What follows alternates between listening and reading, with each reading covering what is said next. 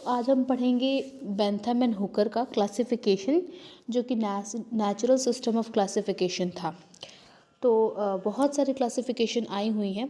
पहले artificial system of classification आया, फिर नेचुरल सिस्टम ऑफ क्लासिफिकेशन आया, एंड उसके बाद से फाइलोजेनेटिक क्लासिफिकेशन आया, एपीजी क्लासिफिकेशन आया। बहुत सारे क्लासिफिकेशन आए हुए हैं।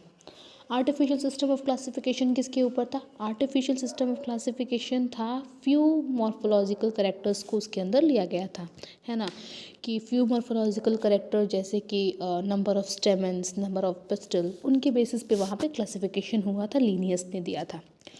Natural system of classification Bentham and Hooker ने दिया था, है ना। और फाइलोजेनेटिक सिस्टम ऑफ क्लासिफिकेशन जैसे कि एंगलर एंड पेंटल ने, हकिंसन, तख्ताजान, इन लोगों ने दिया था। तो अपने टॉपिक पे आते हैं, natural system of classification. Natural system of classification में क्या करा गया था कि मॉर्फोलॉजिकल करेक्टर्स को तो लिया ही गया था, सारे मॉर्फोलॉजिकल करेक्टर्स को। मॉर्फोलॉजी मतलब एक्सटर्नल अपीयरेंस वाले करेक्टर्स को लिया गया था, साथ में उसमें एनाटॉमी को भी लिया गया था और एम्ब्रियोलॉजी को भी लिया गया था। जैसे कि मॉर्फोलॉजी का मतलब जैसे रूट कैसा है, स्टेम कैसा है, लीफ कैसा है, फ्लावर कैसा है, ये सारे मॉर्फोलॉजी में आते हैं। एनाटॉमी का मतलब इंटरनल स्ट्रक्चर, जैसे कि अगर आप स्टेम को काटोगे तो अगर वो डाइकॉट है तो उसके जो वेस्कुलर बंडल है वो रिंग के फॉर्म में अरेंज होंगे।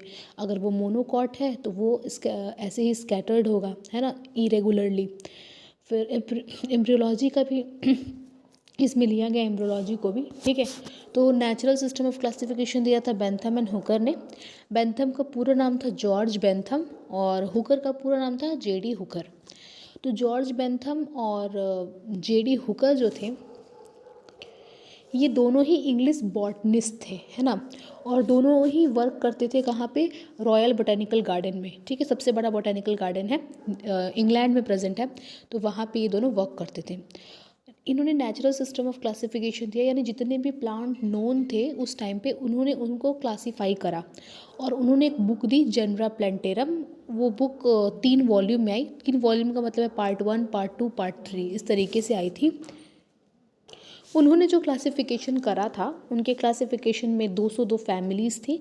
अपने क्लासिफिकेशन में उन्होंने 202 फैमिलीज़ बनाई थी, ठीक है, एंजियोस्पर्म की।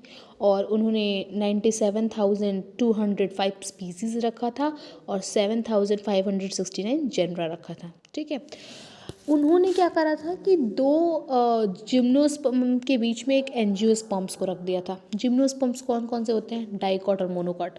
तो उन्होंने क्या किया था, मोनोकॉट और डाइकॉट के बीच में अपने क्लासिफिकेशन में जिम्नोस्पर्म्स को रख दिया था। अगर आगे की वीडियो में अगर मैं ऐसा करती हूँ कि क्लासिफिकेशन दिखा करके जो उनका चार्ट था, किस तरीके से क्लासिफाई किया था, उसके बेस पे मैं बता सकती हूँ, ठीक है। तो मैं वैसा करूँगी, ठीक है। 2-3 मिनट का वीडियो बनेगा और उसमें उनका क्लासिफिकेशन जो उन्होंने दिया था टेबल, उस टेबल को हम एक बार डिस्कस कर लेंगे। यहाँ पे अगर आपके पास हो तो आप इंटरनेट से भी सर्च करके देख सकते हैं उनका टेबल। वहाँ पे क्या था कि उन्होंने डाइकॉट और मोनोकॉट, ठीक है, डाइकॉट और मोनोकॉट, उन दोनों के बीच में जिम्नोस्पर्म्स को रख दिया था। उन्होंने जो अपना क्लासिफिकेशन था वो स्टार्ट करा था रेननकुलेसी फैमिली से और एंड करा था पोएसी फैमिली में, ठीक है। तो ये कहीं ना कहीं थोड़ा सा ज़्यादा सही हो जाता है, क्योंकि अगर आप देखो तो जो प्रिमिटिव फैमिली है वो रेननकुलेसी फैमिली को लिया जाता है, और जो एडवांस फैमिली है वो कहीं ना कहीं पोएसी फैमिली को माना जाता है, ठीक है।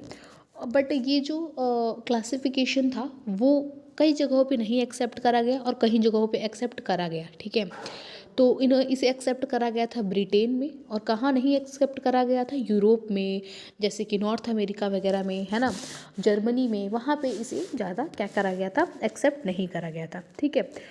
इसका जो मेरिट है, बहुत इंपॉर्टेंट मेरिट है, वो क्या है? मेरिट ये है कि ये फैमिली ना, मतलब कि ईजिली वर्केबल है, ठीक है। जैसे कहने का मतलब कि फाइलोजेनेटिक सिस्टम ऑफ क्लासिफिकेशन आया, ठीक है, तो इवोल्यूशन आया, तो इवोल्यूशन को आप प्रैक्टिकल पर्पस से नहीं कर सकते हो। जैसे कहने का मतलब ये है कि अगर आप अपने स्कूल में, एक्चुअली कॉलेज में जब पढ़ते हो तो प्रैक्टिकल करते हो, और प्रैक्टिकल करके आप क्या करते हो? मॉर्फोलॉजिकल करेक्टर्स देखते हो और उसके बेसिस पे वहाँ पे क्लासिफिकेशन होता है। बट अगर आपको कह दी जाए कि फाइलोजेनेटिक क्लासिफिकेशन फाइलोजेनिक के बेसिस पे करना है, तो वहाँ पे आप नहीं कर पाओगे। मतलब ये प्रैक्टिकल पर्पस से काफ़ी ईजी है इसको समझना, देखना, ठीक है। और ये जो क्लासिफिकेशन है वो बहुत इम्पॉर्टेंट है, क्योंकि इसने हर प्लांट को as a new plant study किया था, है ना। एवरी प्लांट, एवरी, ठीक है, यहाँ पे ई मिट गया है, तो एवरी प्लांट को इन्होंने क्या किया था, as a new plant study किया था। मतलब हर एक चीज़ स्टार्टिंग से, मतलब कुछ चीज़ें पता थी फिर भी उसके बारे में एकदम, मतलब ऐसा उसके बारे में दिया था कि जैसे कि कुछ अभी पता ना हो, सब कुछ डिस्क्राइब कर दिया हो एकदम अच्छी तरीके से। सो अभी ये मैंने शॉर्ट में समझाया है। अगर ऐसे ही और क्लासिफिकेशन चाहिए तो वीडियो के नीचे कमेंट करें।